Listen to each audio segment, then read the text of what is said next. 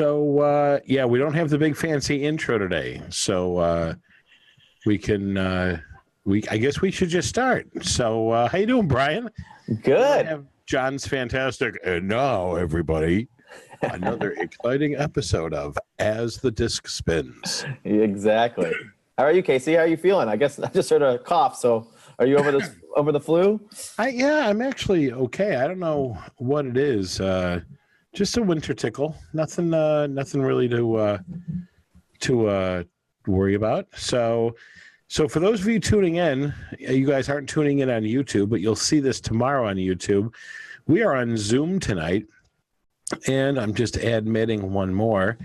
John Young, our fearless leader, is actually in the great state of California at the NAMM show. And for those of you who don't know what NAMM is, it's National Association of Music Merchants. Is that right? Yes. Nailed it. Yes. Nailed it. You've spent time there before, have you not? You were there when you were with Pioneer, were you not, Brian? Oh, yeah. Yeah, I was there a lot, many years. It's an amazing show. Have you been? I have, actually. I got to meet Gene Simmons there, which was kind of funny. He was walking and got attacked by everybody. Of course. And in typical Gene Simmons fashion, somebody asked for autographs. He couldn't find a Sharpie, and he was not signing anything till he had a Sharpie. So he signed a bunch of stuff in his larger-than-life presence, then turned to one of the girls that used to be a dancer for me and one of her girlfriends who had no idea who they were. He turned and he put the Sharpie marker back, not back, but put it between her boobs for safekeeping. He walked away, and my dancer's friend said, I feel like I just got felt up by my uncle. And that was my Gene Simmons story. And then I also had another interesting one where I was in the men's room taking care of business, and I looked 2 urinals over, and there's Eddie Van Halen. Hey. So, taking care of business too. I turned to him, I go, I'd shake your hand, but it's probably not an appropriate place for that. He started laughing, and that was that. So, yeah. But the NAMM show is loaded. Oh, yeah. With musical superstars. Even on the DJ front, I would say that. I mean, we had Z-Trip in there. We had Joe Hahn from Linkin Park who was there. We had BT in our booth. I mean, we had every superstar DJ you can think of at the NAMM show there. But not only performing, just walking around seeing new products. So it's the place to be, especially if you're any type of musician. I highly recommend at least going once. Yeah. So, yeah. I don't know if the general public can get into that, though. So you can't. You have to be right. But I think if you are a professionally working DJ, you can pay your way in for sure. Okay. So very good. I know that you have to just show credentials there. But yeah, it's a good show. In fact, I got some friends of mine that are already there. They're from Hawaii. Some Hawaii DJs are Tony So and Joe Cortez and very good. Alan are there. So yeah, nice. So for those of you that are wondering who these other random people are up here, we are not live on YouTube, and we don't have John running the show. So Brian and I really don't have a clue what we're doing. And so we thought we were just admitting people to actually watch us, but it appears as though if we keep adding people, you're just going to be part of the show. So think of it like we're all splitting a pizza, and we're just going to hang out and talk. And so we've got Mike. Mike, how do you say your last name? Caparasso. And we chatted earlier. He's from the beautiful town of St. Petersburg, Florida. And DJ Scott Carroll just popped in. So where are you from, Scott? I'm up in North Florida. I'm up in between Jacksonville and that area.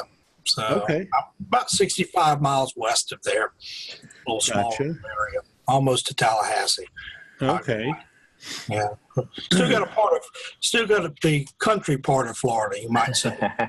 Got it. Big trees. Got it. And it looks like Jody's on, but her camera's not on, and we've got a mic as well. So we're just going to run wild, and I guess everyone's going to be part of the show since we have no idea what we're doing. So it's like having a live studio audience. Wow, I've heard that before. Well, it's kind of funny. You got to pretend. Pretend I know like that I know that I talked earlier. I listened to Mike Walter and Joe Bunn's podcast, and they made a comment to me about our show because we called them out last week, teasing them a little bit about how they didn't like the fact that we are responding to everybody that was writing nice things or asking questions or doing what have you. And personally, I love it. I was super, super pumped to have so many people trusting us with an hour of their time. Right. So, this is going to be that on steroids. So I'm sure Mike and Joe will hate this even more. But, they don't even know how to call weddings. They have to call them gigs, which will make that a whole show of itself. So welcome, guys, to our, I don't know what it is, to our roundtable. Right. So Brian had an exciting weekend. For those of you, where were you this past weekend, Brian? I was in Park City, Utah for the Sundance Film Festival. And Very cool. Very cool. I got to hang out with the ADJA chapter of Nice. Salt Lake. So hung out with Rob Ferre, who I didn't know he was on the board, but he's on the board too with the national board with you, I guess. Right? Yeah, he's a board of advisor member as well. Yeah, so we got to chat a little bit. He had a group of 12 DJs, went to lunch, got to talk to them for a little bit, and then Sundance is an amazing event. It's been a bucket list item for a while. So I did 2 events, and one of them was an all 80s party, which was really interesting. An all 80s party. Okay. Yeah, Cool. and they wanted and it ran the gamut, everything from pop 80s to goth to Slayer. I mean, it was all over the place. With Wow. what they wanted. So it was quite it dancing or just no, proprietary? it was both. In fact, they said it was the best party they've had at that venue all week. So I don't attribute that to necessarily myself. I think it was just a good crowd and good stuff. So you crushed Rob Ferre's party is what you're saying. Actually, no. You hear that, Rob? You suck, Rob. You had to fly somebody in from New York to crush you like a bug. Yeah, but his party had actually one of my heroes, or I should say people I look up to, DJ Spider, who's out of LA. He was the DJ at his event. So I was jealous of Rob for being able to hang out with him because his formatting is incredible. So if you've never had a chance to check him out, write down the name DJ Spider. He's all over the place doing corporates and stuff like this. So it was really, really fun. But it was freezing. It was 8 degrees, but it was like a nice 8 degrees. Like, New York and Chicago, you get that wind that kicks and it's just like it hurts. This was just like, just cold, but not damp or anything like that. Just really nice powder. You know what I mean? Whereas out here, the snow can be just horrible. So it was kind of an interesting event. So. I've never been out west. Never been. Been to. You will soon. What's that? You will. We will be in April. I will be. Yeah. I forgot.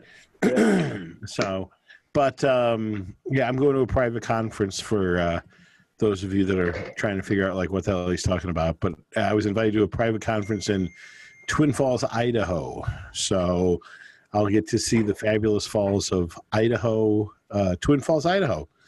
So are you going to fly into Salt Lake, or are you going to go all the way in? Do you know? I have no clue. I'll figure that out in the next couple of weeks. If you do, that Salt Lake mountains are unbelievable. So I highly recommend it if you get a chance. Cool. I know the drive sucks, but I haven't even gotten my airfare for Vegas yet. So okay. I'm lucky. I fly out of O'Hare, so I've got gobs and gobs of flights available and competitive airlines, and so I don't really lose too much sleep over that, but that'll probably get booked this weekend too. So just out of curiosity, DJ Scott Carroll, are you headed to Vegas this year? Well, I was going to. I was thinking about it, and then I said, no, we've just taken this business into full time. So congratulations. Yeah. Well, back into full time. I was in part time for many years, for like 20-something years. I've been doing this probably since I was 17 years old. I haven't. I went through all the genres. You name it. Now, vinyl, CD, and now MP3s, and now waiting for the next adventure. So, kind of been through a few of those eras. So we're looking at probably really expanding ourselves. So maybe next year, I might really want to get into it. I wanted to go to NAMM, but then I heard when I went to look on their website and see what you got the qualifications, I'm like, wow, you've got to have a full-fledged retail and almost be invited, I think. Yeah, it's designed for store owners to talk to manufacturers and do some business. So. I'm just glad those guys were able to go. Brian and them, you see Brian, he was in one of the record stores out there. Mm-hmm. We got a few of those College Town here. We've got a lot of those. So it's like 2 or 3 of them. They're coffee shop / vinyl, retro vinyl shops is what they are. I've been to a few of them. I said, man, some of my records are worth this much. I went in there and, they had a lot of that reissued stuff, $29.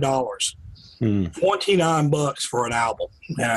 Wow. Gotcha. My imports didn't even cost that much back. Wow. How about you, Mike? Are you headed to Vegas this year? No, I've never been to Vegas. I've been going to Robbie's show out in Tennessee for a couple of years. Sure. Very good. Well, I don't know if you guys have heard, but there's a new show in Chicago coming that's got this fabulous speaker named Buonassissi come July. And you guys will like it because it has a 10th of the humidity that you guys are used to in July in Florida. So maybe we'll twist your arms to grab a Southwest flight up or something, and or a Spirit airline. Yeah. So, but, that's sad. So I see we've got Jody Harris. She doesn't have her camera on. I don't know if we can do this. What happens if I turned her camera on? She's probably in the bathroom taking a selfie like she always does. And I don't know who this other gentleman Mike is. Excuse me for coughing into the mic so much, guys. I really sincerely apologize. So, Brian, what are we talking about today, buddy?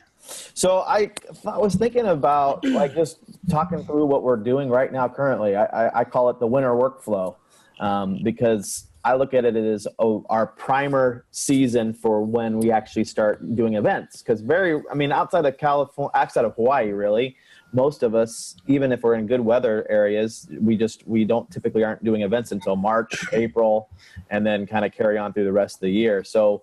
I was just looking at what I'm doing currently in the winter and thought that might be good fodder to start talking through what people are doing to, prime the pump, so to speak, for success.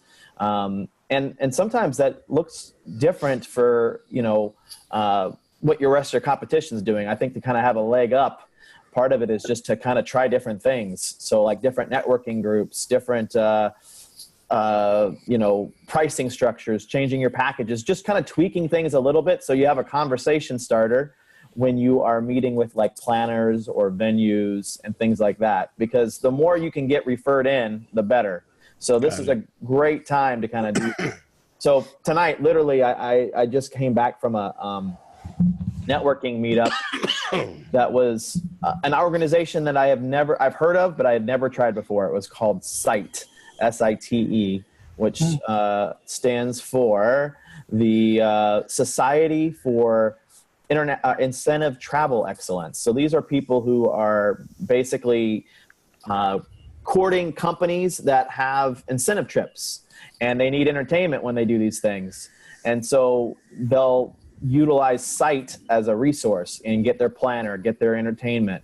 And tonight, I guess it helps that I'm in New York City too, but I met the senior vice president of Fox Network, who does all of the events for Fox outside of Fox News because they're their own conglomerate. But they're doing and Fox, I didn't know all the different stuff that they own, but obviously they're a huge conglomerate. They also have FX, so they're doing like wrap parties for that. They're doing Super Bowl, not NASCAR, Daytona 500. I guess it's part of NASCAR, but specifically Daytona 500 stuff. And she just sitting at my table. And I was thinking on the way home, I was like, I wasn't even going to join this thing. You just don't know what you can, tap into sometimes and who you can meet. So anyway, I just was curious what, things you're doing as far as like your winter workflow. What does that look like on a day-to-day? Because you don't have events right now. And I know, you're kind of managing 5 different businesses or 5 million, whatever. But what's your DJ staff doing right now? Well, tonight I'm happy to say we've got 2 events out tonight.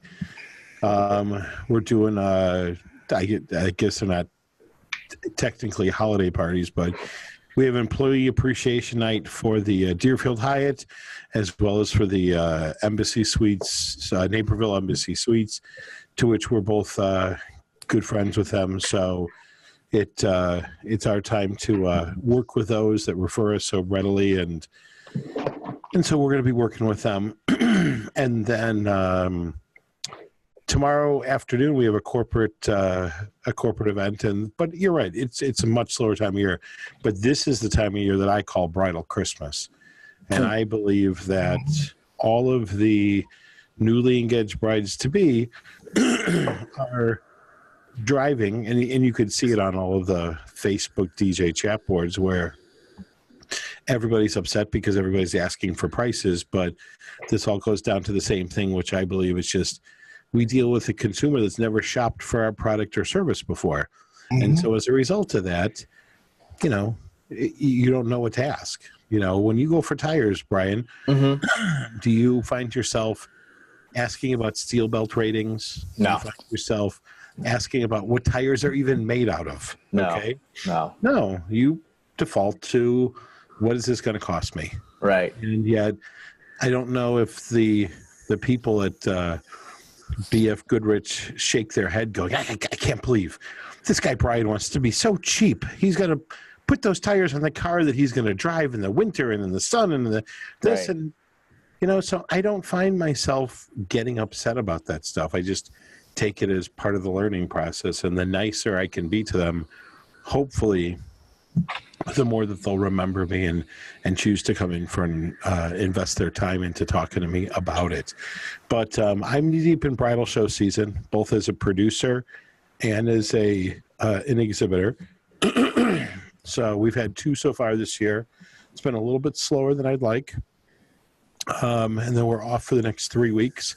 And then we've got 2 more that our company's producing. But all before when? What's that? When you said 2 more that you're producing, and that's happening February 11th. Got it. We're at one of the hotels by the airport at O'Hare, and then the 18th we're up in the beautiful city of Milwaukee at Potawatomi Casino, which you'll get to. At end of April, beginning of May for Midwest DJs Live. Yeah. It's a beautiful casino. So. Yeah. And, maybe you and I can toss them back and go play some bingo, because they actually have a legit bingo parlor, and we can throw down with some of the silver-haired and try to take that money. Right. So, did you ever hear that old joke? How do you get 50 women to say the word fuck? No Just idea. have one say the word bingo. That's it. Nothing? Did I freeze up? I froze up. Yeah, you froze. The quality of the jokes just froze it up. It's too much. It's too much for it to handle. Too much for Zoom to handle. He may have to come in and come back out again. That cool weather he's got up there. Yeah. So what about you guys? I mean, are you guys doing anything in the winter right now to kind of what's your strategy? What kind of things are you doing? Well, I'm basically pinging those bridal shows. Okay. I talk, what it is good thing about it up here in Florida, or down here in Florida, we have a lot of people that a lot of our vendors that we can communicate with, especially on Facebook, and say, hey, they'll kind of get you invited in a bridal show and put you in with somebody that if you haven't done it before. You see, I do Georgia. I've got the advantage up here because I've got Georgia's market, South Georgia. So I'm going to do a bridal show in South Georgia Sunday, and it's supposed to be well over average bridal shows here are up anywhere between probably close to maybe 75 to 150. They're not that big. Right. They're small. I've done some in convention centers to where they were more or less over 1,000 brides. And they were all paid. They were all prepaid, and 5 or 6 DJs that were there, and we were all just kind of, but we still got work. Right. We still were getting work. I would think with 1,000 brides, there's plenty of work for all of the DJs. I ended up, with those, I ended up probably, I I ended up booking 10 right there on the spot. And that was back before we had the computers. We were ripping the contracts, doing them right there, and the brides would write us a check and give us a check right there, and boom. And computers a lot easier now, but then we were actually you could actually take a contract, fill it out with their information on it, and they signed it. When I started doing this, that's how you had to do it. Now everything's all on the computer and online, but yeah, they pay you right there on the spot. I had one last year that done that. Wow. And him gave me the retainer. I don't call it a deposit. I call it a retainer. And she was ready to book right then and there. The next day, she met with me, signed the contract. They gave her the wedding packet, and boom. But what we're doing now is we're selling, and some people will disagree with this, photo booth and DJ, they're buying it. They really are. Because they're not used to it here. They don't know about it. You package it up together? Yeah. I allow it to be, I give 3 different packages. I give one with just the booth by itself, one with the DJ, and then I combo the one. That combo is the one that they will, I take a couple $100 off of that at the show. If they've got that and they got it from the show, they were thinking about really and serious about booking a DJ, I'll give them a break. I don't mind doing that. I do them just at shows. If you didn't go to the show, it's like anything else. You didn't pay the piper on that, then you don't get in on that. I mean, I do that only at the shows though. You do it outside, you might as well, you're wasted your marketing on that. But I find that does help. But the combo is the only one that I'll turn around and I will discount that. All the rest of them are, set up on regular pricing, which that seems to work. That I thought about it. Somebody told me, why don't you try that? Everybody's bundling nowadays, putting a combo. What do? Right. You go to a fast food, you order a combo.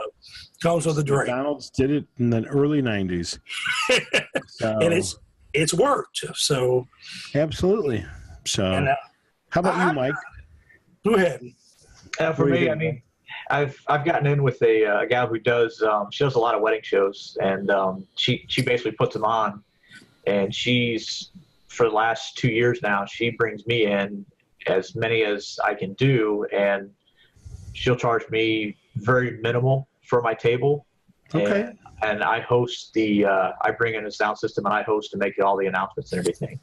That's cool. And, it's good. I can't say I'm getting a lot of return on it, but after I watched a video that was done just the other night with Drax.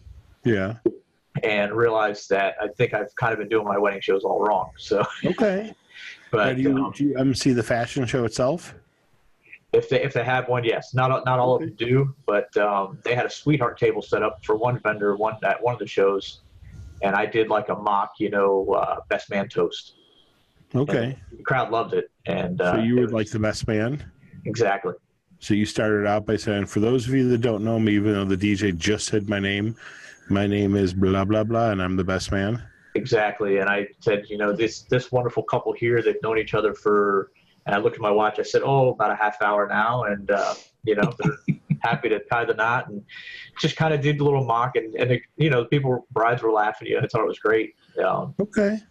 And then the other thing I've been doing is just getting the headphones on and going through music and just trying to go through some more mixing to better myself at that. Always want to constantly get better at mixing and blending and all that. Just making it good. Yeah. Okay. I kind of refer to it as like pre-season. This is where you're getting all your stuff in, and the other thing I'm doing on the performance end, I'm trying to like get my music crates all in place, because I mean it can get crazy if you're not staying up on it. I mean, just in general, and I'm like a couple months behind, so this is like the time to kind of get all that straight up organized. Gotcha. Oh, yes. See, for me, I consider this the busiest time of year, simply because of the fact that I have.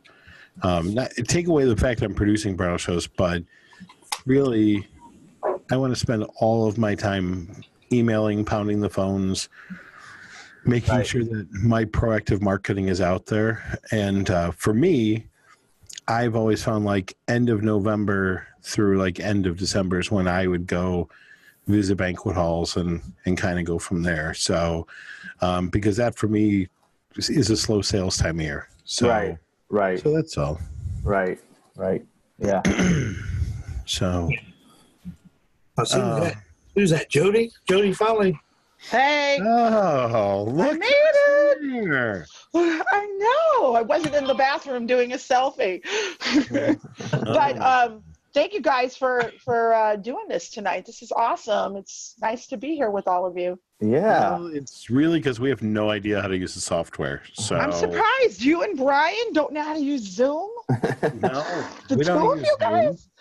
Look, I have a face for radio. Okay, like I shouldn't be on this at all. Wow, that's all. Woo! You know what that means when somebody does that. Oh my God. So I've been so to get in on your conversation here, I'm working on I've a lot of pop-up stuff right now in Vegas. A lot of pop-up stuff. Like we're doing an event at Hyde on Wednesday, and I just booked Monday and Tuesday night today. Wow. Corporate. Brian's having a heart attack over there. Oh Yeah. my God. Wow. Yeah, we're doing Rockstar Karaoke night on Tuesday, Brian, Wow. at the West End. What is Rockstar Karaoke? So Rockstar Karaoke is basically all the music that they're going to sing is going to be rock. Only rock. Oh. Me and my DJ, the two of us, because I DJ too, and then I also have an assistant. We are dressing up in Rockstar attire. So I've got you're going to have to see the bathroom selfie I can't on that wait one. to see the selfie. My assistant is African American, so he's going as Jimi Hendrix with a fro and everything. And everybody coming to the party is going to dress in rock attire. And we just booked it yesterday. Booked it yesterday. It's cool. Nice. Awesome. Amazing. That's Yeah. awesome. Good for you. Our Hyde event, which is on Wednesday, has me not playing the role of DJ, but has me playing the role of event planner. And we are doing a masquerade theme. So we have caricature artists and we have models that are going to be body painted. And they're going to be in masquerade masks. And now, that is the selfie I want to see. They're body painted. Yeah, they're body painted. So I for those of you guys that are watching, I am a DJ, but I'm also an event planner, and I'm also I've won 3 national NACE awards for my events, which you can kind of see behind me. That glass thing, I can get it. Hang on, I'll show you. Okay, let me get it. Hang on. So Brian talks about NACE, and I'm sure ILEA all the time. That's it. There you go. There it is. There's 3. There's 3 of them. 3 of them. That's awesome. So what she's trying to tell you is she's a big deal around here. She is. No. Yeah. Brian. I just work all the time, and I'm booking, and we're booking parties and weddings too. So we do about we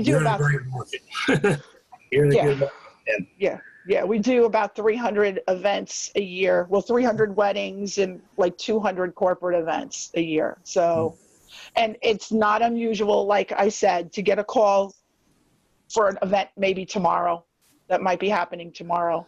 So yeah, That's awesome. It is. It is. You just, you don't have a life. No. I have no children, 2 dogs, and Casey just disappeared. I'm back. He's back. This is crazy. Yeah, you can tell John's not here to keep the ship running right.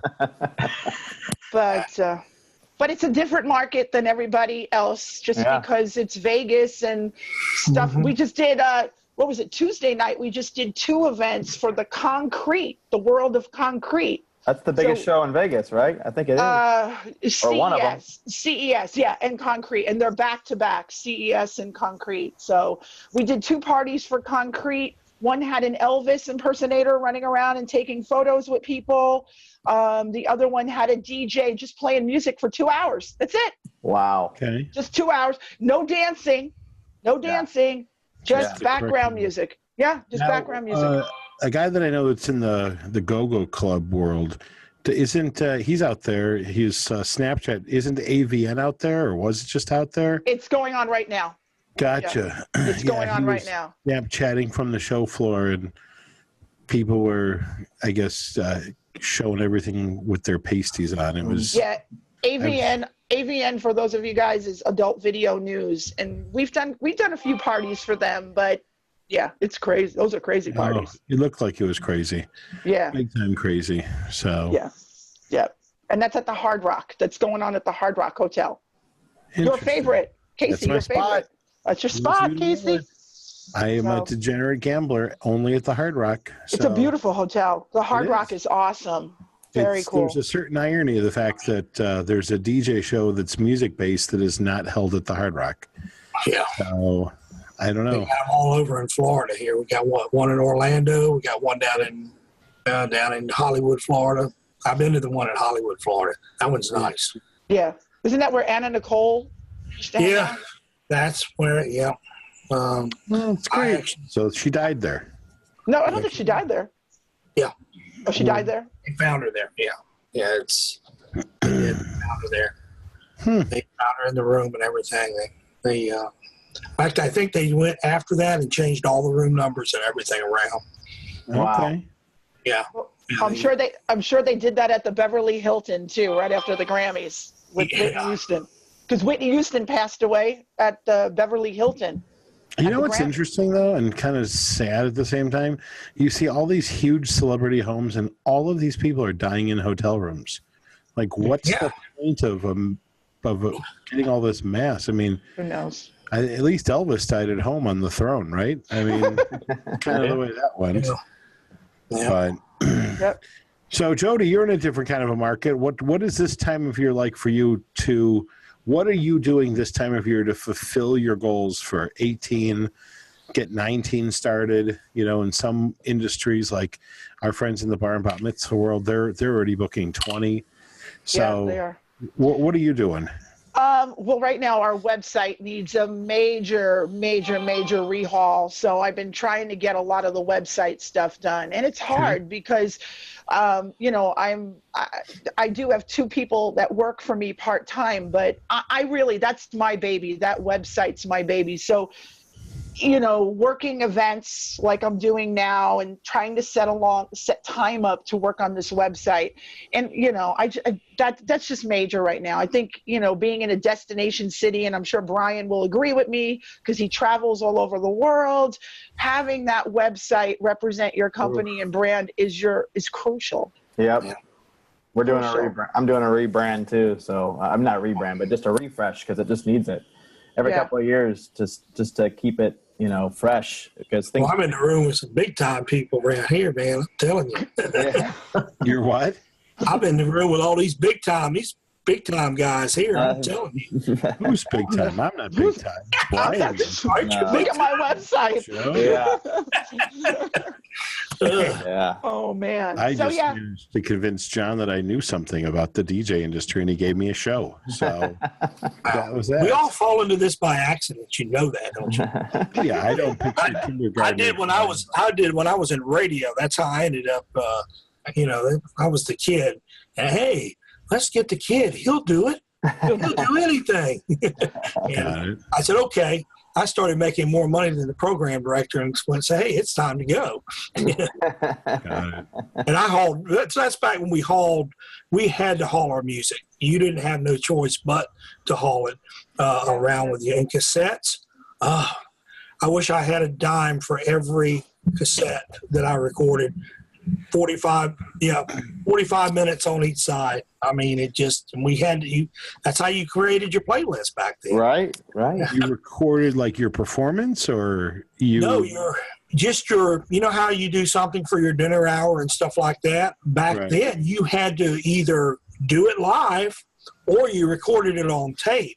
Well, we did a lot of that stuff. We recorded it on tape. And if you were getting ready to do a wedding, you'd let them pick their songs out they wanted for their dinner hour.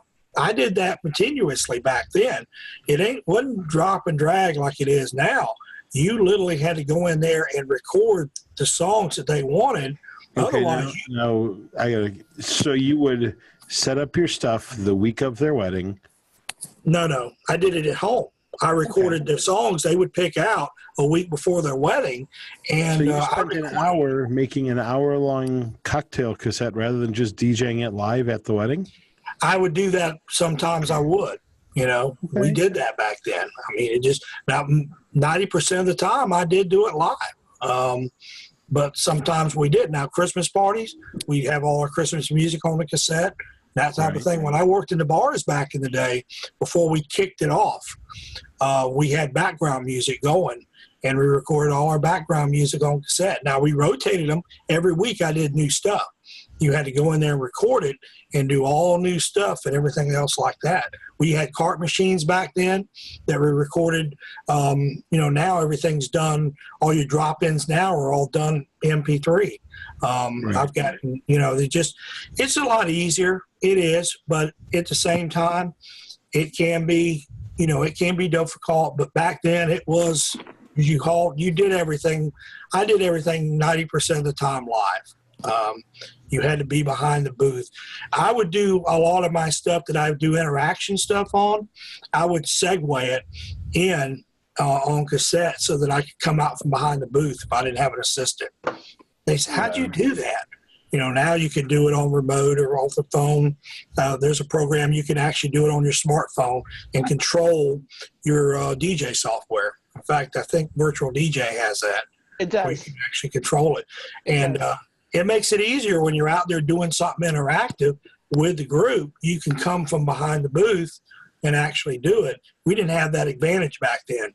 You had to always have an assistant. I always kept somebody behind the booth to keep the music going so that I could come out and actually MC. We took an MC back then. Even with CDs. That's another story. CDs, until they came out with something. And actually, Pioneer broke the mold because I'm going to skip the other D. I'm going to skip the D word. That was a ugly CD player. That dual unit that came out with. The stages of CD players were tough. There was a lot of skipping. The CDJs, they were firm. They felt more like the vinyl that you were used to. I had a set of them, and I had a set with the. I got actually when I sold them, I didn't even lose maybe $100 off almost what I paid for them. The markdown. I didn't lose anything. I really didn't. I sold them for almost what I paid, about almost what I paid for them, and that was. Yeah, they were almost close to $3,000 back then with the now this was back in probably the 90s, about 92, 93. When I had the mixer that all linked together with that too. And that was cool. That was a neat, man, I'll tell you what, you could really, to mix with CDs, that was as close as you got to vinyl with that. The other one you didn't, you tried. I mean, we were constantly, I'd have a guy call me because I had a couple of guys working for me. He said, well, man, I broke a drawer. I said, what? I said, I have to send it back to D and have it fixed. And back to Denon to have the drawer put back on it. He literally, what happened is he left the drawer open and the unit was a split unit and broke. He said the drawer literally went flying. I mean, broke the carriage and everything else off of it. But it was rough. But we managed. We did back then. We managed. You guys drank a lot on the job, didn't you? Huh? You guys sounds like you drank a lot on the job. That's the reason I talked to. Have you seen my? Have you been on the cave and I talk about drinking? I talk about drinking. I'm not a DJ cave guy. This is as much video as anybody needs to see from me. I was kind of surprised that the mini disc, had such a short life, because I think the little mini disc was definitely I think it was a step ahead of CD, but I just they couldn't get the memory right on it to where you could fit enough on the mini disc. But it was great because it was like just an upgraded floppy or 3.5, but you had it was all concealed. You couldn't get fingerprints on it, and it was a solid piece of gear. I remember I had a little portable mini disc recorder. I had a whole system that we created. And then Denon came out for like 6 seconds with a dual mini disc player with pitch control. And I think like 6 people bought them. And then MP3 took over. And you know, the reality is that mini disc is like Betamax. It was here for 5 seconds and then it was gone. I use that. That was a good transition between when I went from CD to MP3. That was a good transition right there with that. We have to transition away from what things used to be like in the 90s if we want anybody under the age of 40 to care about our conversation. Well, let's get back to where, you know what I mean? We do. We need to. I hear you, but I got to be that guy. Yeah, for me, my title somehow says host, and I feel like we should be talking about. We weren't going to talk about gear on this show. We were going to talk about the business of the business. Yeah, we need. We'll get away from the gear part. No problem. There we go. So I think. Well, I'll ask Scott. So, Scott, you're doing a couple of bridal shows now, and you're. This is my second one this year. I did 2 or 3 last year, and then I have another one in March. I've got it's a small one in March. It's going to be a new venue is opened up, and they're doing an open house. Okay. And first they wanted to do a Saturday, but then I talked to the girl that runs that venue, she's the owner of it, and I said, you're going to end up with a lot of vendors and venues. It's probably not going to be able to be there on a Saturday because most of them are doing weddings, including myself. So you probably want to, you know, look at doing a Sunday. So we convinced her on that. But yeah, I do 2 or 3 a year sometimes at the most. Are you an independent or a multi-op? I'm a independent. Okay, very good. And so do you find that doing 2 or 3 shows, do you work the lists after the show? Yeah. Mm-hmm. Okay. So and what's your method for following up? I have looked at it. In fact, I think I had seen a show that you had did on bridal shows that you were talking about doing the emails, putting them all where you can send a list down of them. Right. I've been going through each one of them because sometimes they don't list their emails. They just give me a phone number. And you know, the new bride now, they text and they email. That's the way they do things. Right. And I've got to get used to being accustomed to doing that. But most of the time what I'll do is, hey, I'll send them a text. Hey, I didn't catch your email. I'd like to send you some information. Saw you at the bridal show. It was great, great to meet you. And I'm sure you got inundated. But I'll give them some information. I'll send them by following up with them that way. If I don't get their email, I'll get it that way. I'll send a text. Any actual snail mail, old school postal mail? Not anymore. I used to. Mass mailing was, ouch. Yeah. Right. You had to do over 100 pieces to really, I did a few mass mailings back, a long time ago, but I haven't done them now. Why? Yeah. Strictly, I'm doing emails now. And why aren't you doing mailers? I'm just curious. I got out of doing it. It was expensive, and maybe I should go back into it, but I was doing it for a while. I mean, it's a good idea, I'm sure. Well, think about it. If everybody's doing email and then you're doing mail, who sticks out in the crowd? Yeah. So, you're right. Just a thought. So, yeah. Oh, gotcha. How about you, Mike? Mike? What's that? Mike? Talk to me, Mike. What are you doing? Are you working the bridal show list? Are you hustling? The follow-ups I've kind of been weak on, and I think that's kind of where I've hurt myself at wedding shows. Okay.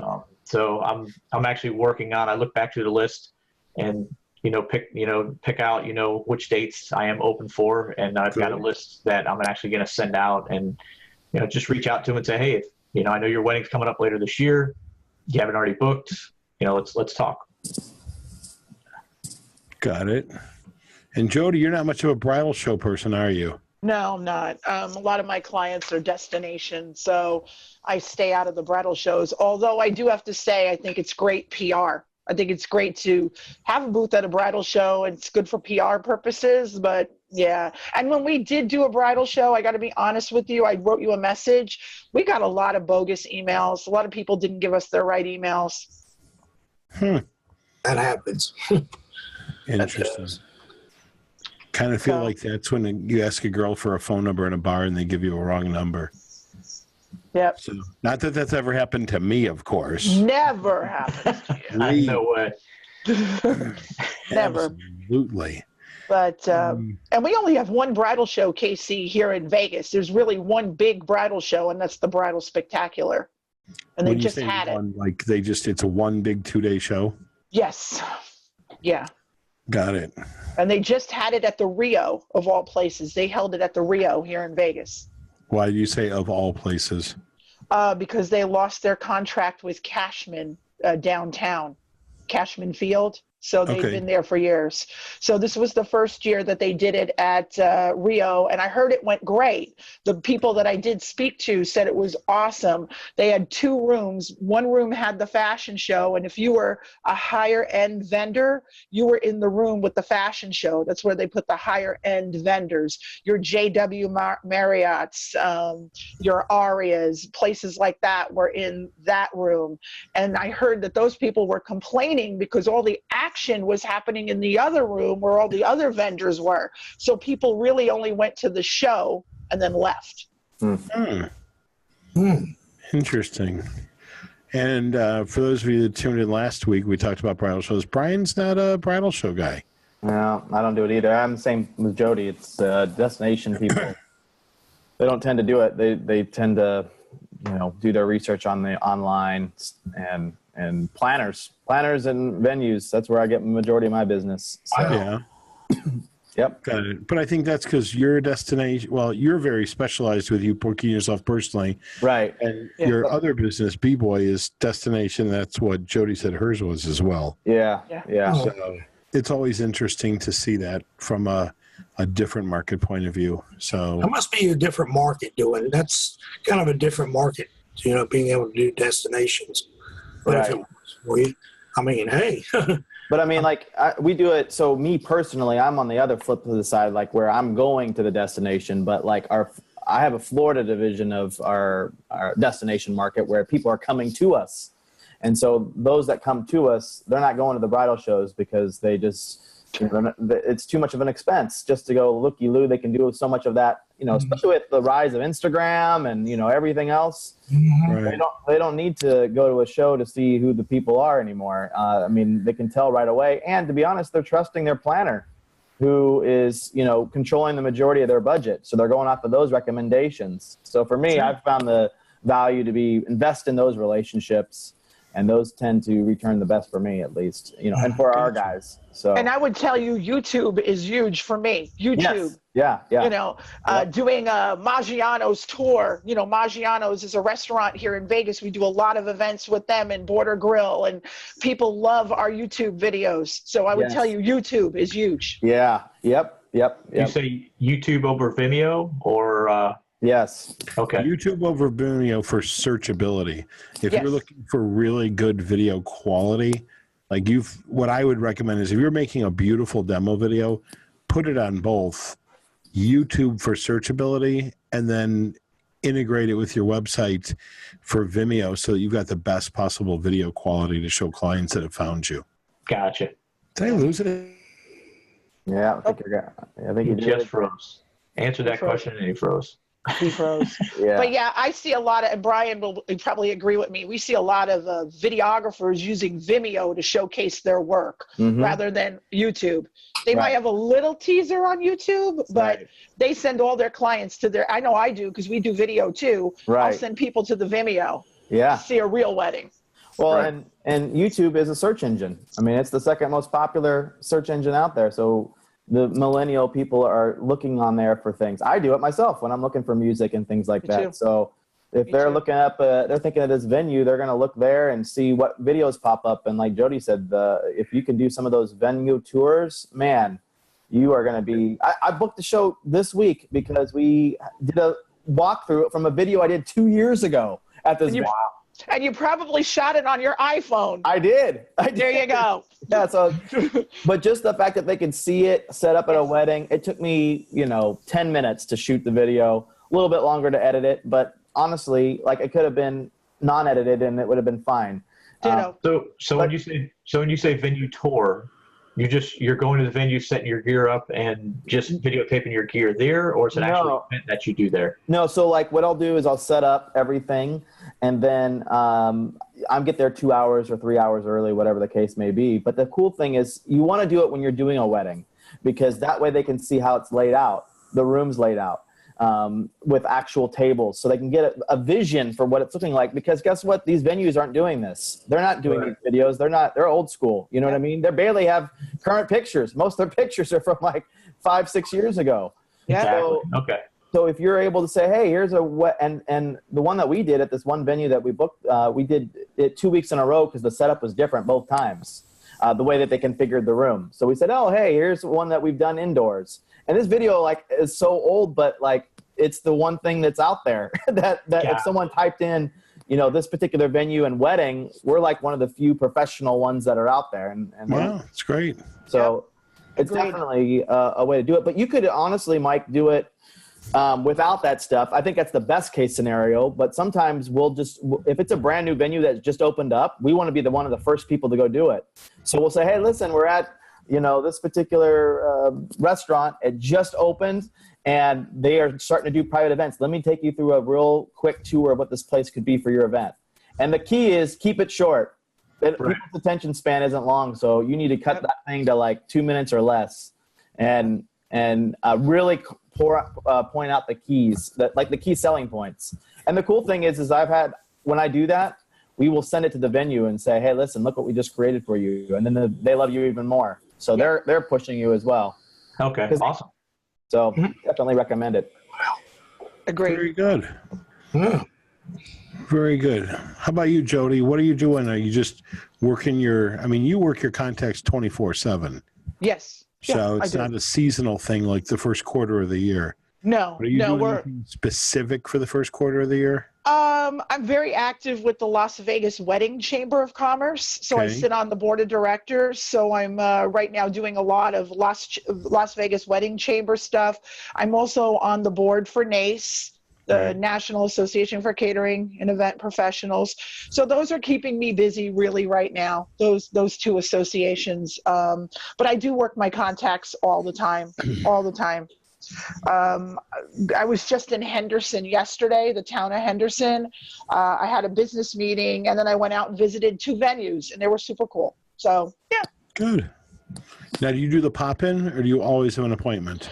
Yesterday, I did half a pop-in, if you want to call it half a pop-in, because I sent an email to a guy, and I said, I'm going to be in your area about 1 o'clock.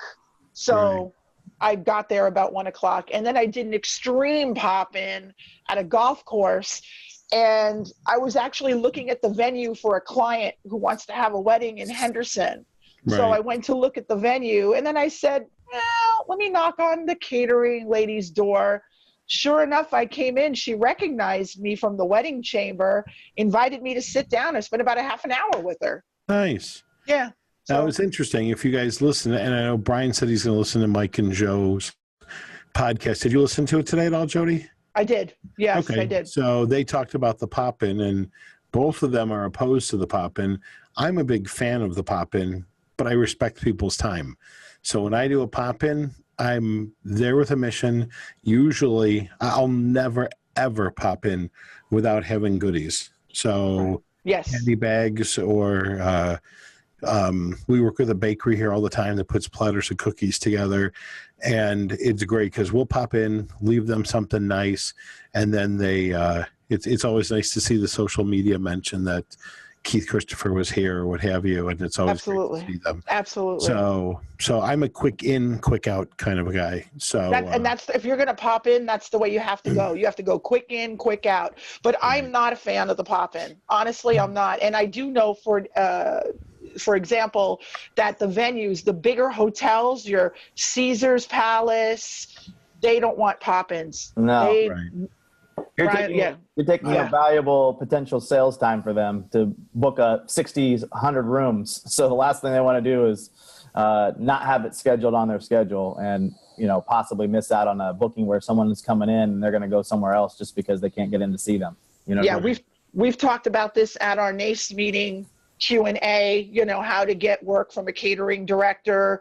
And that was number 1, don't pop in. Right. Mm-hmm. And again, I think part of it's market to market because your hotels are significantly larger than anywhere else in the country. Yeah. So Yeah, but we also have small hotels too. I mean, you know, like I said, I went to this golf course. The lady was the only one there. She's a one-woman show. Wow. She works all the time. It just so happened that she recognized me and she wanted to talk to me about wedding chamber stuff too. So it worked out good. That's good. But I mean, I've been in Vegas for a really long time, 24 years. This is what I do. This is my full-time gig. I don't do anything else. So I've cut out a reputation for myself here in Vegas. So here I am popping into her office. She was like, whoa, you know, she was probably very surprised. Yeah, no, to me, it's like dropping off a quick present, and that's all that it is. So and if they have the time to talk, they will. If they don't, I would always tell people, like, just want to drop off some goodies for you. Call me whenever. So you wouldn't have your people drop off goodies? It's you personally? In the past, because you know what? I'm the brand. I mean, Keith Christopher Entertainment is me. So that's that. And as you know, Jody and Brian, like, I used to own another DJ company that I was the face of for 20 years. And then, you know, that's how we named the second company, because everybody said, what's your partner going to do? Like, nobody even knew that I had a partner, because I was the name and the face of the company. So, and I used to religiously, every Tuesday, I would spend it out of the office, visiting halls, visiting, you know, all kinds of different, I had territories that I would literally travel and then end up in an ILEA or a NACE meeting, because they were always on Tuesday nights here. Yeah. But with me wearing so many hats now, unfortunately, I don't do the pop-ins. I don't have the time most of the time. So have you seen your business go down at all because of it? Yeah. I mean, I'm not referred by as many venues as I used to be, but I also have to wonder, in general, in a traditional market, how important those referrals are now due to the overwhelming internet. You know, I mean, when 8 out of 10 brides are shopping on the Knot or looking on the Knot, there's something to that, you know? Yeah. And there's no question, not to keep going back to the old days when I had the yellow pages, but there was a point in time where being on everyone's preferred vendor list, there's no question it made your phone ring. Now, a lot of venues that I'm friends with, they don't even have a preferred vendor list, you know? Wow. And that's the other thing I find funny is DJs all want to get on people's preferred vendor list, but they don't have one of their own, which is the other thing that kills me. And I know you can't refer like 8 million banquet halls or what have you, but you definitely can refer your favorite limo company, your favorite florist, you know, your favorite photographer or whatever it is. And yet I find it hypocritical that if you want to be on someone's list, but you don't have one of your own, right? You know, what does that say about you? You know? And so you can give people options and recommend 2 or 3 of your favorite of this or of that or what have you. So I like that idea, Casey. I like that. I just saw Janai just showed off his magazine, the SCE magazine, and one of the things there's Mike, and one of the things that he talked about was that preferred vendor list page. So I think that's cool. I've had one for a long time. I mean, just certain ones, you know, preferred vendors that you use. It helps, and because they do the same thing with you. They create one because you tell them about it. Right. Hey, I have one. I'm going to put you on mine. You start by putting yourself out there first, saying, "Hey, I've started a preferred vendors list. I'm going to put you on it." Oh, I need to do that, and boom! Before you know it, that list has grown for you. Mm-hmm. So, I agree. And the cool thing is, once you get on them too, you know, they don't always update them all the time. So once you're on for a long time usually. So until they follow up. I do follow up, which you should. You should follow up. I found out one time, that I had a vendor I had another DJ I worked with, and I was going to refer him, and he didn't call me and let me know he was getting out of the business. You know, I hadn't talked to him in so long. Right. You know, yeah. Yes. Yeah. His mic is to raise his hand. He can raise his hand. KC, his mic's I did, but she thought I was saying hi. Whose mic's not on? It's on now. Hey guys, long time viewer, first time caller. Thank you for everything you do. I had a question. I'm not sure if it's related to the topic tonight, but I've recently had guests or customers ask me to provide them CDs or music of their event, from their event. Like for special dances and things like that, they want a copy of those songs. Technically, I thought that was illegal to do, but it sounds like a lot of DJs in my area are doing that. What's your opinion on that? I could take that one. What I've been doing lately, Mike, I've been essentially putting this on Spotify, because it's a streaming service. It's really simple. I literally put down all of those songs. I may not be the exact mixes I used, but hey, at least it's a playlist that they can, and it takes me 10 minutes to put that together. And at least they have all their songs. I send them a link. They feel special because we've made them this thing. And it's super easy, rather than sending them the exact songs, the actual files. I think that was the idea, is they wanted me to provide them with music, basically, that they could keep, So right.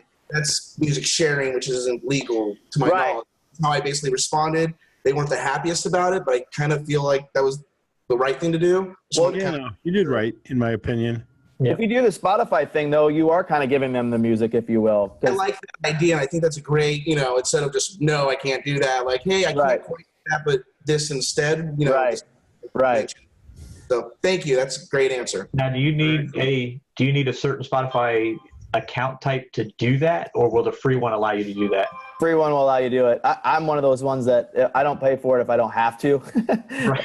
For Spotify, I just use it to listen to anyways and discover music. But lately I've been actually using the Spotify stuff too to create, because everybody, at least, I don't know about, I shouldn't say everybody, but at least the people I deal with, they're all using Spotify now as their listening tool. So we've created playlists for, instead of sending people a formality sheet with all the different formality songs that are ideas, we're creating playlists and saying, hey, here's a playlist for all of your garter songs. So they can actually listen to snippets of it all in one spot, rather than having to go to, search the songs out themselves. We're cutting down that time. You know what I mean? Cool. Cool.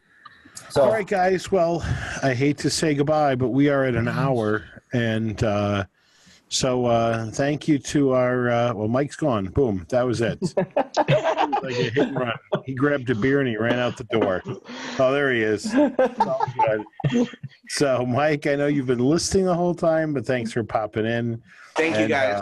DJ Scott, it's nice to meet you. Jody, as always, it's a pleasure. yeah. Thank you. Thank you, guys. Nice to meet you guys as well. So next Thursday, hopefully we'll be back with live on YouTube And Facebook.